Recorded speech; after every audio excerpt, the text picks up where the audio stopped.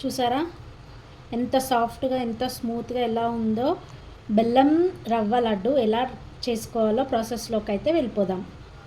దీనికోసం పొయ్యి పైన అయితే ప్యాన్ పెట్టుకోవాలి, కడాయి పెట్టుకోవాలి. కొద్దిగా నెయ్యి తీసుకుంటున్నాను. నేను నెయ్యి అయితే ఇంట్లో ప్రిపేర్ చేసిందే. ఫస్ట్ అయితే ఈ నెయ్యి కరిగిన తర్వాత నెయ్యిలో జీడిపప్పు, బాదం పప్పు, డ్రై ఫ్రూట్స్ వేసుకోవాలి. డ్రై ఫ్రూట్స్ వేయించుకొని పక్కకైతే తీసుకోవాలి. కొన్ని కిస్మిస్, ఇది లడ్డు కాబట్టి కిస్మిస్ కొన్ని ఎక్కువగా ఉంటే బాగుంటుంది. వేగిపోయినవి. వేగిన తర్వాత నెయ్యి లేకుండా ఒక గిన్నెలో అయితే తీసుకోవాలి.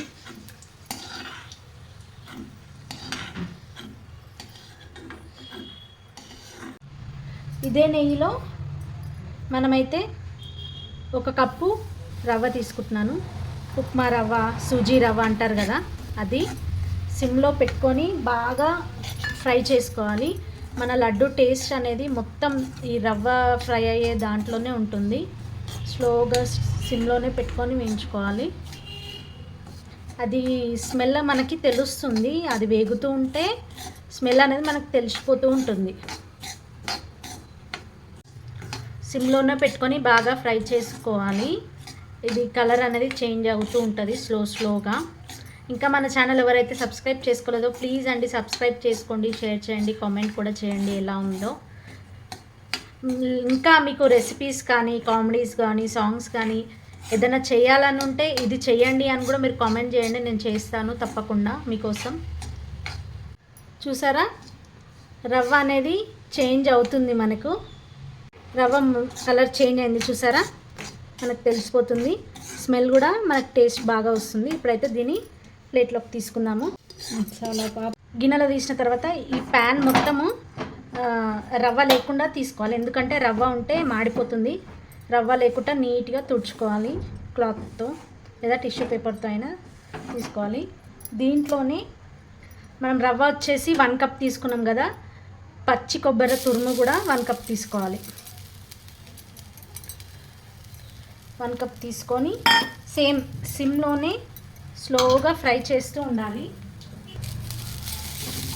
ఇది కొంచెం పచ్చి కొబ్బరి కాబట్టి కొంచెం తడిగా ఉంటుంది కదా, తడిగా పోయి పొడిలా ఆడే వరకు కొంచెం లైట్గా ఫ్రై చేసుకోవాలి. సిమ్లోనే చేసుకోవాలి. అస్సలు పెద్దగా పెట్టద్దు, సిమ్లోనే చేసుకోవాలి అంత ప్రాసెస్ మొత్తం. చూసారా పొడిలాడుతుంది. ఇప్పుడు దీంట్లో కొద్దిగా నెయ్యి వేసుకోవాలి. నెయ్యి వేసుకొని వేయించుకోవాలి.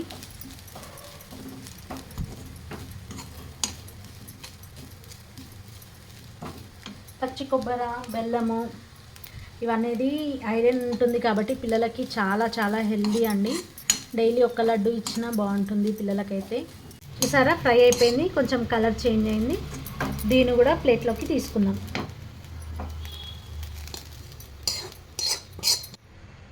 దీంట్లోనే 1/4 కప్పు బెల్లం వేసుకోవాలి.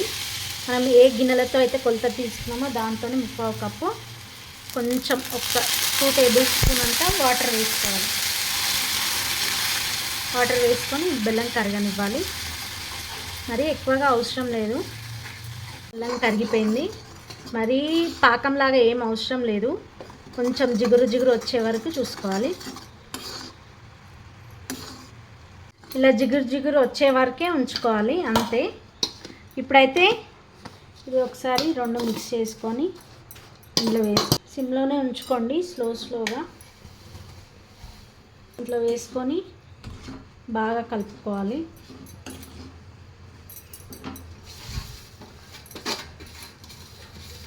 బెల్లం పాకం అనేది ఈ రవ్వకు, ఈ కొబ్బరికి బాగా పట్టాలన్నమాట. ఒక 2 మినిట్స్ ఫ్రై చేయాలి.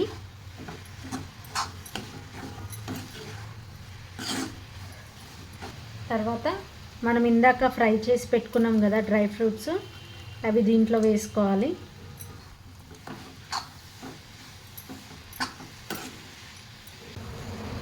పాలు కాచి చల్లారబెట్టిన పాలు కొద్దిగా ఇందులో పోసుకొని కలపాలి. ఒకటేసారి పోయొద్దన్నమాట. కొన్ని వేసుకుంటూ కలపాలన్నమాట. ఎందుకంటే రవ్వ ఉంటుంది కదా, ఆ రవ్వ ఈ పాలకే పీల్చేసుకొని మెత్తగా అయిపోతుంది అన్నమాట. కొద్దిగా పోసుకోవాలి, ఎక్కువ ఏం పట్టదు. చేసే ప్రాసెస్ చాలా ఈజీ. మనమైతే అన్నీ రెడీగా పెట్టుకున్న తర్వాత చేస్తే చాలా ఈజీ, తొందరనే అయిపోతుంది. చూసారా, పాలు పోసుకున్నాం కదా, పాలు పోసుకున్న తర్వాత ఇలా ఉంటుంది. స్టవ్ ఆఫ్ చేసుకొని ఇప్పుడు ఇది మూత పెట్టేసుకోవాలి. ఒక 15 మినిట్స్ తర్వాత చల్లార్చుకోవాలి. 15 మినిట్స్ తర్వాత ఆ రవ్వ పాలు అనేది పీల్చుకొని మన లడ్డూలు అనేది చుట్టుకోవడమే, అంతే. 15 మినిట్స్ తర్వాత చూసారా చల్లగా అయిపోయింది. ఇప్పుడు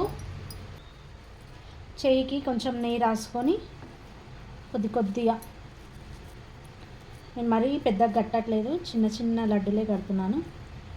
మనకి ఏ సైజులో కావాలో ఆ సైజులో లడ్డూలు చుట్టుకొని పెట్టుకోవడమే. కొద్దిగా మనకి ఏ సైజులో కావాలో ఆ సైజులో, నేనైతే చిన్న సైజే చేస్తున్నాను.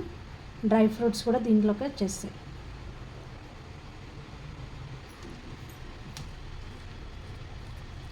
మీరు కూడా ట్రై చేయండి. ట్రై చేశాక ఎలా వచ్చాయో నాకు కామెంట్ చేయండి. నాకైతే లడ్డూలు వచ్చేసి 15 లడ్డూలు అయితే వచ్చాయి. 1 కప్పు రవ్వకి 1 కప్పు కొబ్బరకు 15 లడ్డూలు అయితే వచ్చేసాయి. మీరు కూడా ట్రై చేయండి. Thank you for watching.